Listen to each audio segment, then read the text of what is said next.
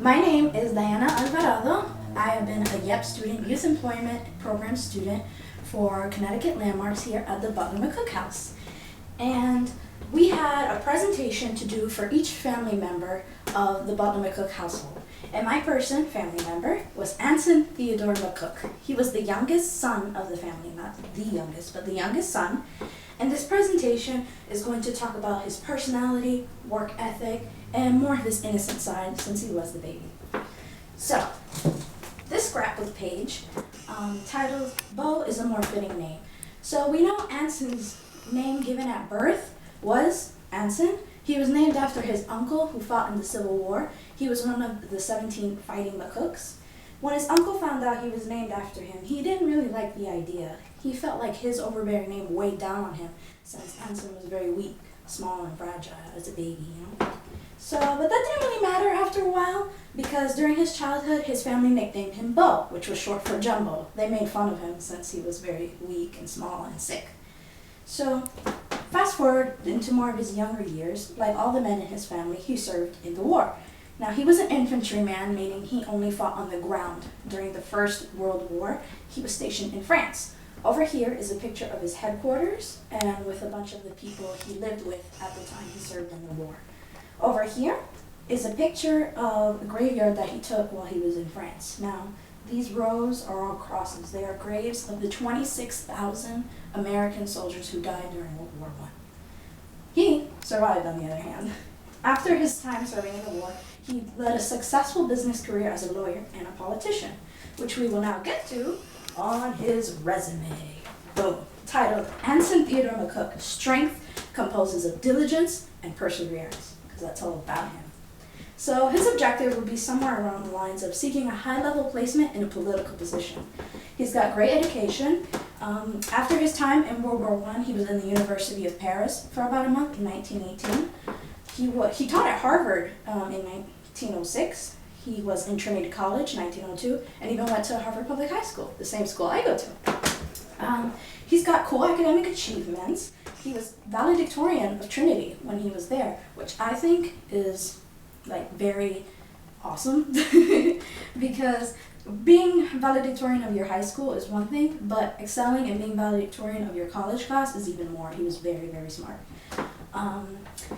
Into his more business experience, he was with his brother, Philip McCook. He worked at his law firm in New York for a amount of time and then became a politician.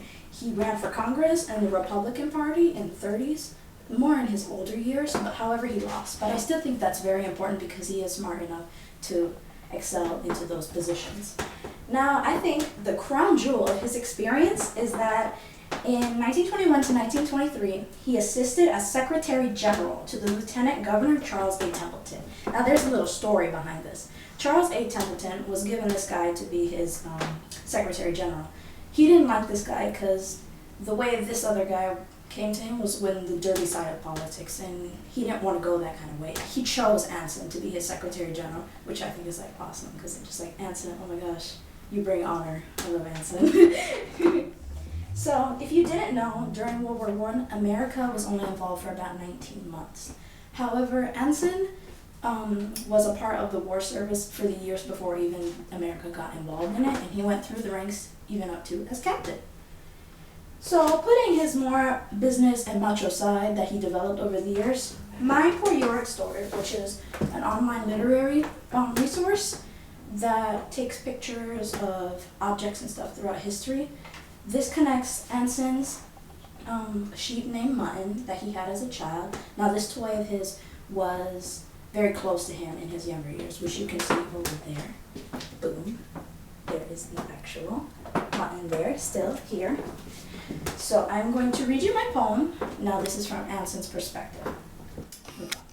Wheels tumble down steep and sharply cornered ranges, over the undulating white and black peaks and through tall grand gateways into a meadow full of wonder, color, and the yearning for adventure.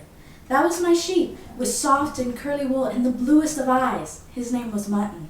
He was just as fierce, he was just as sturdy, he was just as fragile, and that's how we were linked. Mutton and I shared the same tenacity, through the hardships of war and the challenges of politics. Like Mutton, I stand strong and live for the adventure. When brothers venture off to the fight, the youngins stay behind. What fueled our passion for adventure was to hear those tales of faraway places and dream of how we too could tour those distant lands. It is true that wheels break off over time, but it doesn't matter. The spirit still stays and the tenacity still endures. That was my sheep. His name was Mutton. So that was my poem about Anson and Mutton. Over here are some artworks that I did. This is Anson's portrait that I put it through Photoshop to add color and vibrancy, like the kind of personality that Anson has. So to me, I think it does him justice. Over here is a painting, digital painting that I made of Anson's Mutton and my own stuffed sheep, Jonah. So Anson and I kind of have that kind of like connection, which I think is very important, and I kind of hold dear to that. Over here, I made a business card for Anson, which ties into his more professional side, which is how he is, titling Anson Theodore McCook, Strength, Purity, and Success. And my interactive question to finalize it off is, what kind of childhood toy were you attached to when you were young? A teddy bear. What kind of teddy bear was it, Rebecca?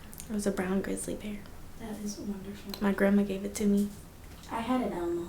Really? Yeah, I still have the Elmo. Oh, you know, I had a giant Teletubby. It was yellow. It was humongous. That's Lala. Yeah. Teletubby Lala. Yeah, I had Lala. It was huge. That's awesome. Thank you. And there you have it, Anson Theodore McCook. Thank you.